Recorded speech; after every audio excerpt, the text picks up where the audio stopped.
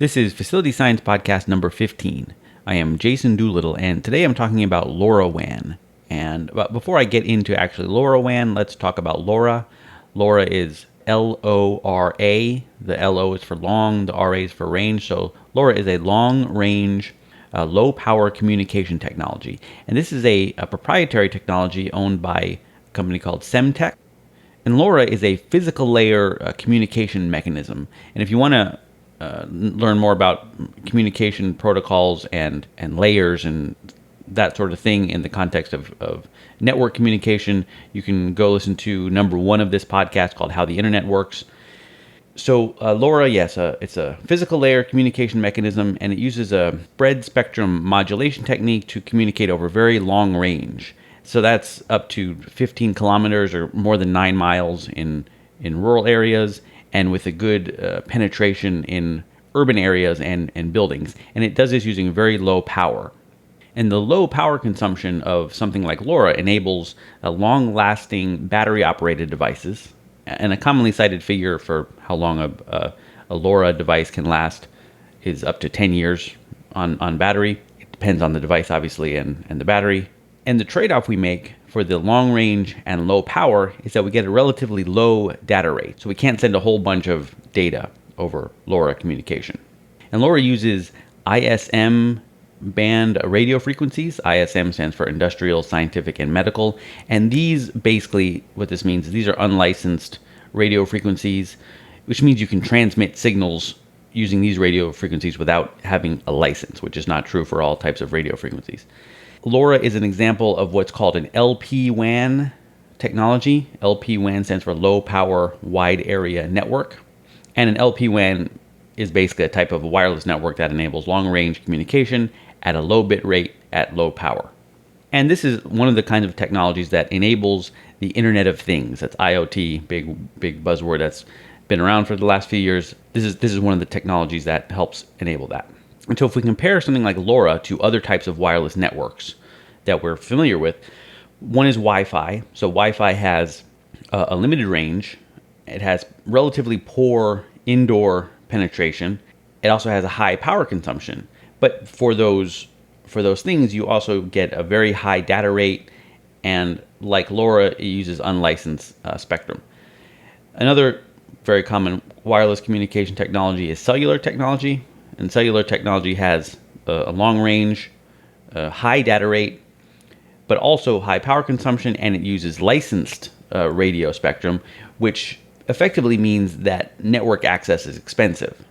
Right? So we're making trade-offs here for various things, and then we have LoRa and other LPWAN technologies that fill the gap for low power, long range, and unlicensed communication. And we get that with the low data rate trade-off. And for our IoT implementations, we like to have all 3 of these sort of categories as options, so we can choose the one that best suits the purpose. All right, so LoRa is, like I said, a physical layer, which means it's only a way to communicate from one device to another device and not really a way to make a functioning network. So we need another layer for that. And again, if you want to know more about layers, number 1 of this podcast called How the Internet Works. All right, so that brings us into LoRaWAN, L-O-R-A-W-A-N. So LoRa is for the long range. That's the wireless radio communication, and WAN is for wide area network. So LoRaWAN implements the media access control layer and the network layer. So this is what's going to allow us to build a network using these radio devices. This is an open protocol defined and maintained by the LoRa Alliance. And quoting from the LoRaWAN 1.0.3 specification document, says this document describes the LoRaWAN network protocol, which is optimized for battery-powered end devices that may be either mobile or mounted at a fixed location. LoRaWAN networks are typically laid out in a star of stars topology, in which gateways relay messages between end devices and a central network server at the back end. Gateways are connected to the network server via standard IP connections, while end devices use single hop LoRa or FSK communication to one or many gateways. All communication is generally bidirectional, although uplink communication from an end device to the network server is expected to be the predominant traffic. Continuing quoting here, Communication between end devices and gateways is spread out on different frequency channels and data rates. The selection of data rate is a trade-off between communication range and message duration. Communication with different data rates do not interfere with each other. LoRa data rates range from 0.3 kilobits per second to 50 kilobits per second. To maximize both battery life of the end devices and overall network capacity, the LoRa network infrastructure can manage the data rate and RF output for each end device by means of an adaptive data rate scheme. End devices may transmit on any channel available at any time using any available data rate, as long as the following rules are respected. The end device changes channel in a pseudo-random fashion for every transmission. The resulting frequency diversity makes the system more robust to interferences. The end device respects the maximum transmit duty cycle relative to the subband used and also to local regulations. The end device respects the maximum transmit duration, dwell time, is another name, relative to the subband used and local regulations. And maximum transmit duty cycle and dwell time per subband are region specific and are defined in the LoRaWAN regional physical layer definition document. Okay, that's the end of the quote. Now, sort of kind of get into what all that means. We'll start with describing what are the parts of a LoRaWAN network. And the parts are the end device, often called a node or a moat, the gateway, a network server, and an application. So start with an end device. End devices are the sensors, basically, or actuators, or whatever other devices we want to be able to communicate with using this long-range, low-power LoRa radio communication mechanism. End devices in this type of scenario are often battery powered, but they don't have to be. They could be plugged in as well. End devices broadcast data on the designated LoRa frequencies, and LoRa uses, like I said, radio frequency bands designed for industrial, scientific, and medical use. The exact frequencies designated for this vary from region to region around the world. So different countries and even different regions in certain countries will have different frequencies that are allowed to be used for this purpose. And also the way in which the frequencies can be used in the different regions might vary as well. And so LoRa has to account for all this. And in order to account for this, the LoRa Alliance publishes official regional specifications called regional parameters on their website. And this is really important to the people who are building the devices to be used in the specific regions, and also to the people who are setting up the network and connecting the devices. End devices have a 16-bit unique identifier, so in the hardware, that's assigned by the manufacturer of the LoRa chip. And when a device joins a LoRaWAN network, it also receives a 32-bit address that identifies the device on the network. And this address is used to actually identify and communicate with the device on the network. And the address can be assigned to the device automatically by the network. This is called OTAA, or over-the-air activation. And the device user can also acquire the address from the network and then manually configure the device. And this is called ABP, activation by personalization. All right, now LoRaWAN differentiates between uplink messages and downlink messages. An uplink message is a message sent by the end device to the gateway. And I'll talk about what a gateway is in a minute here. And so this is something like the temperature here is whatever, or the switch I am monitoring just did the thing that you wanted me to tell you when it did the thing, or something like that. And as I mentioned before, an end device can transmit an uplink message at any time, as long as it observes the rules regarding the channel selection and also the duty cycle and the transmit duration regulations for the region they're in. A downlink message is a message from a gateway to an end device, so the other direction. And this can be either an administration or a management command from the network. So, change your channel settings, or, checking the connectivity of the device or whatever. Or it could be a command or request from an application, like you want to toggle the connected switch or change a set point on which you'll, send an alarm or something. And since the LoRaWAN concept expects most messages to be uplink messages, end devices are only expected to be listening for downlink messages during certain receive windows, and the receive windows are specified in LoRaWAN in 3 different device classes, which we'll get to right now. So a device can be a Class A, a Class B, or a Class C. And actually, technically, all devices are Class A, and then Class B or C will add on additional functionality. So a Class A device opens two receive windows at specified times after it sends an uplink message. And the two windows are at 1 second and 2 seconds after the uplink message is sent. So the server can communicate with the device, the end device, during one of these receive windows. And at the end of the second receive window, the device stops listening for downlink messages. And since operating the radio receiver requires some energy, these minimal receive windows, just after an uplink, allow the device to last longer before their batteries need to be changed. Then we get to a Class B device. A Class B device does the same thing as a Class A device with respect to opening the two receive windows after sending an uplink message. But a Class B device also periodically open other receive windows not associated with an uplink. And the timing for the receive windows is synchronized by timing beacons sent from the gateways. They send out timing signals, and the Class B devices listen for these. And the Class B devices use the timing reference provided by the beacons to know when they should open their extra receive windows. And these extra receive windows are called ping slots. The details of how often a particular Class B device will open its receive window are specific to the device. It has to be sort of set up ahead of time. A Class C device has its receive window open at all times except when transmitting. And this enables relatively fast communication from the application to the device. You don't have to wait till it's receiving. The downside of this is that a Class C device uses much more power than a Class A device, which would require more frequent battery changes or larger batteries, or maybe connection to infrastructure power. So our default situation is, our assumption is that we're getting uplink messages from end devices into the applications, and that we don't require a lot of downlink communication. So our sort of default device is a Class A, and then we choose a Class B or a Class C device when that's appropriate for the application. Next part is called a gateway. A gateway is a device that communicates with the end devices using the LoRa radio communication, and it also communicates with the network server, typically over standard IP connections. So that's, the corporate network or the internet, and that's via Ethernet or Wi-Fi or cellular, something like that. Uplink messages from end devices are picked up by any gateways in range and forwarded to the central server. And since radio is inherently a broadcast communication medium, it is possible that multiple gateways could receive the same message from an end device, and LoRaWAN includes a mechanism to deduplicate these multiply received messages and only use one of them.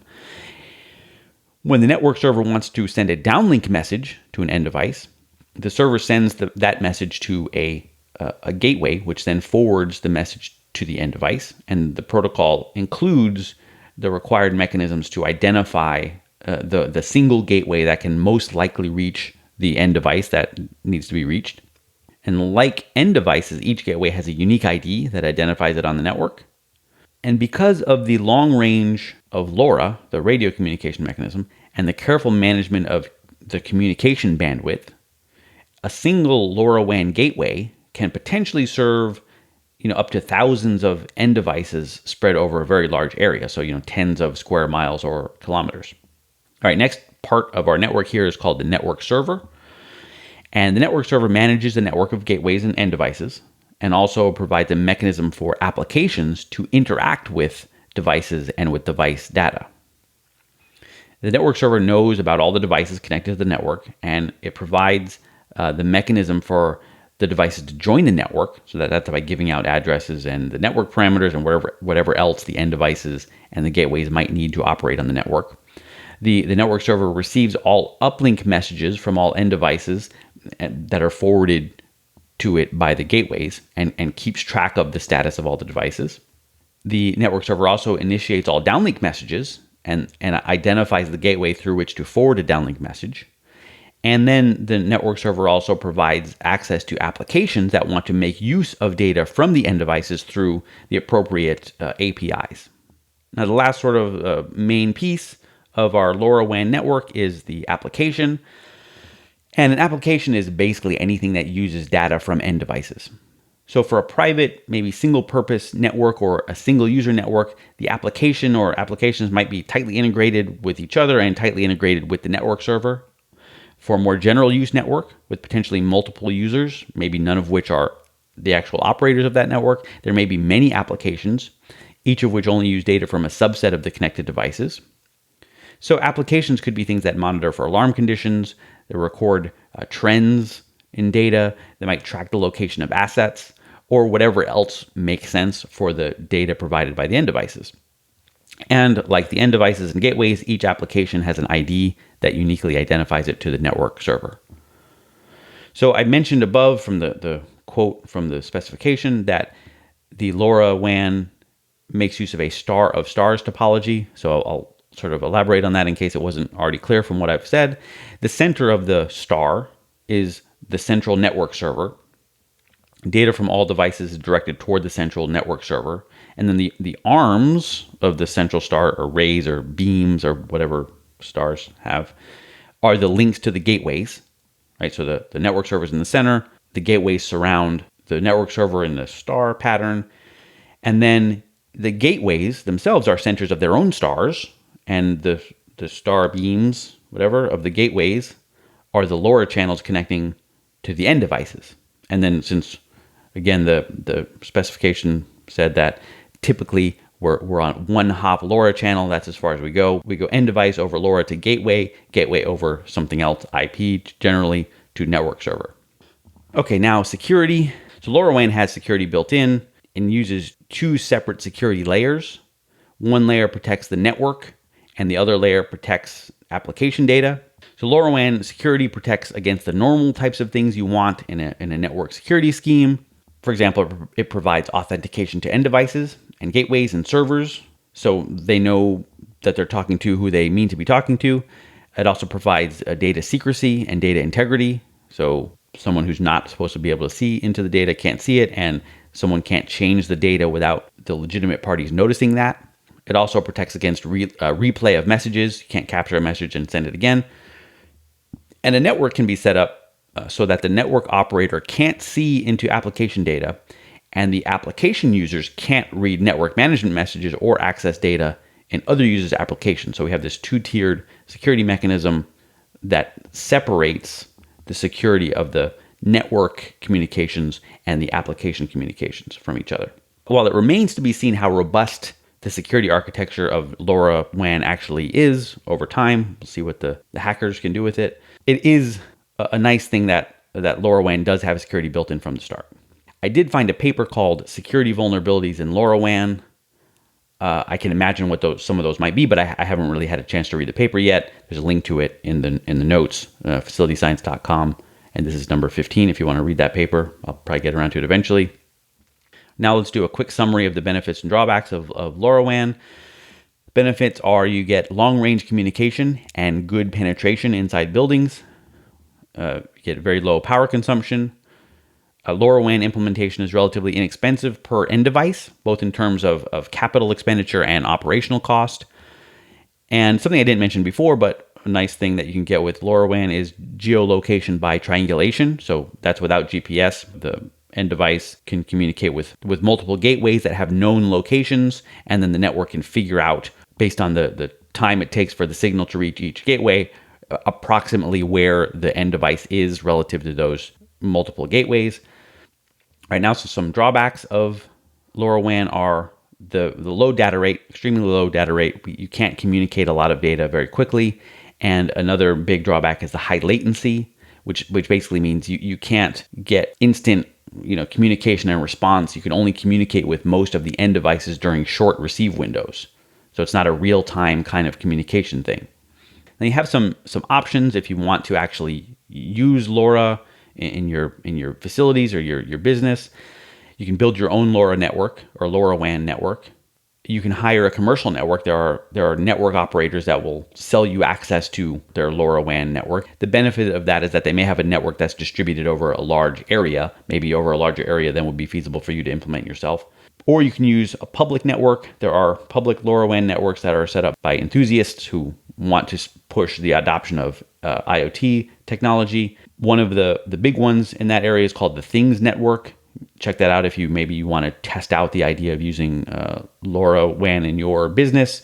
Maybe you can get a couple of end devices, and if you have a good Things Network penetration in your area, you can use that as a testing platform, or maybe as your main platform. The downside of a public network is that you don't necessarily have any type of service level agreement with the network operator to make sure that that network will continue to serve your business, which you might have with a commercial network that you're actually paying to provide you with network access, or a network that you build on your own. But anyway, you have options. That's the point. Now, some example use cases to kind of wrap up here. One is we can monitor things like temperature and humidity and occupancy and the status of the trash cans and other restroom consumables, the use of workstations in an office setting, and stuff like that in a large building or campus. And the relatively low cost of LoRaWAN implementation can make monitoring many points economically feasible where it might not be for more expensive technologies. And again, we make the trade-off with the low data rate and the high latency, but for a lot of these types of uses, that's not such a big deal. People have been using this to track livestock or wild animals, because you can attach a tag to an animal and it can wander around. As long as it stays within range of a gateway, you can get an idea of what its status is. People have also been using LoRaWAN to track the utilization or availability of parking spaces, public or private parking spaces. This is a useful technology for smart electric and water meters, for example. So basically, any widely distributed IoT application that can tolerate the low data rate and the high latency is a potential candidate for implementation on the LoRaWAN network. That's about all I have to say about LoRaWAN for now. You can find my notes for this topic at facilityscience.com. This is number 15. And the notes include links to the LoRaWAN specification document and the LoRa Alliance website and the Things Network, and also to the security vulnerabilities paper I haven't had time to read yet.